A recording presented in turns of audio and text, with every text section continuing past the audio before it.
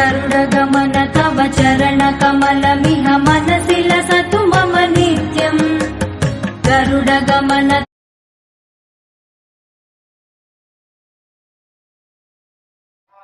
இப்போ கல்கண்டு பொங்கல் பண்ணுறதுக்கு நான் குட்டி கப்பால் ஒரே ஒரு கப்பு அரிசி உங்களுக்கு பண்ணி காமிக்கிறதுக்காக நான் எடுத்துட்டுருக்கேன். ஸோ வந்து ஒரு கப்பு அரிசியில் நான் ஒரு 2 கப்பு தண்ணி விட்டுருக்கேன். நம்ம நார்மலாக 3 கப்பு தண்ணி விடுவோம் இல்லையா? ஸோ இப்போது இந்த 2 கப்பு தண்ணியில் 2 கப்பு பால் சேர்த்துக்க போகிறேன். இது நல்லா குழசலாக வெந்து வரணுங்கிறதுக்காக. ஸோ சாதாரணமாக 3 கப்பு விடுவோம். இன்றைக்கி நம்ம 2 கப்பு தண்ணியும் 2 கப்பு பாலும் விட்டுருக்கோம். ஸோ இப்போ வந்து இதை ஒரு மூடியை போட்டு மூடிட்டு, நீங்கள் குக்கரில் விசில் விடும்பொழுது இதை மூடிட்டு உள்ளே வைங்கோ, இல்லைனா வந்து பொங்கி வழிஞ்சிரும், ஃபுல்லாக பால் ஆகிடும். அதனால் ஓப்பனில் வைக்காமல் இந்த மாதிரி மூடிட்டு விடுங்கோ. இது நல்லா ஒரு 5-6 விசில் விட்டு குழசலாக வேக வச்சு எடுத்துன்னு வர போகிறோம். ஸோ நீங்கள் எந்த கப்பால் வேணாலும் எடுத்துக்கலாம்.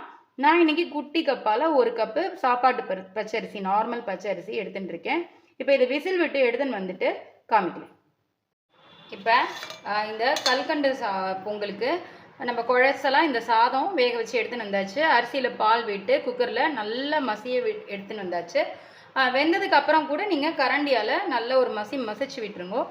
இப்போ இதில் நம்ம என்ன பண்ண போகிறோம்னா, எடுத்துன்னு இருக்க இந்த 1 கப்பு எந்த கப்பால் அரிசி எடுத்தோமோ அதால் 2 கப்பு கல்கண்டு, டைமண்ட் கல்கண்டு நான் எடுத்துக்கிறேன். நான் குட்டி கப்பால் 1 கப்பு அரிசி எடுத்திருந்தேன். அந்த கப்பால் 2 பங்கு அளந்து கல்கண்டு எடுத்து வச்சுருக்கேன். இப்போ இதை வந்து நம்ம அடுப்பில் வச்சு கரைய விட போகிறோம். இப்போ இந்த கல்கண்டு கரையிற அளவுக்கு நம்ம ஒரு 2-3 நிமிஷம் நல்லா இதை கலர போகிறோம். இந்த சூட்லேயே இது நல்லா கரைஞ்சி வந்துடும். ஸோ இது கரையட்டும், நான் உங்களுக்கு காமிக்கிறேன். இப்போ கல்கண்டு கரைஞ்சி நல்லா இது கொதிக்க ஆரம்பிச்சிருக்கு. இப்போ இதில் ஏலக்காய் பொடி கொஞ்சம் சேர்த்துக்கிறேன். இப்போ இதை ஆஃப் பண்ணிவிட்டு இதுக்கு முந்திரி திராட்சை நம்ம போட்டுக்கலாம். இப்போது கொஞ்சம் நெய் விட்டு வச்சுருக்கேன். கொஞ்சமாக முந்திரி வறுப்படட்டும். முந்திரி வறுப்பட்டுருக்கு. இதில் கொஞ்சமாக காஞ்ச திராட்சை, நான் கருப்பு காஞ்ச திராட்சை சேர்த்துக்கிறேன். இதுதான் சேர்க்கணும்னு இல்லை, நான் என்கிட்ட இது இருந்ததுனால இது சேர்த்துருக்கேன்.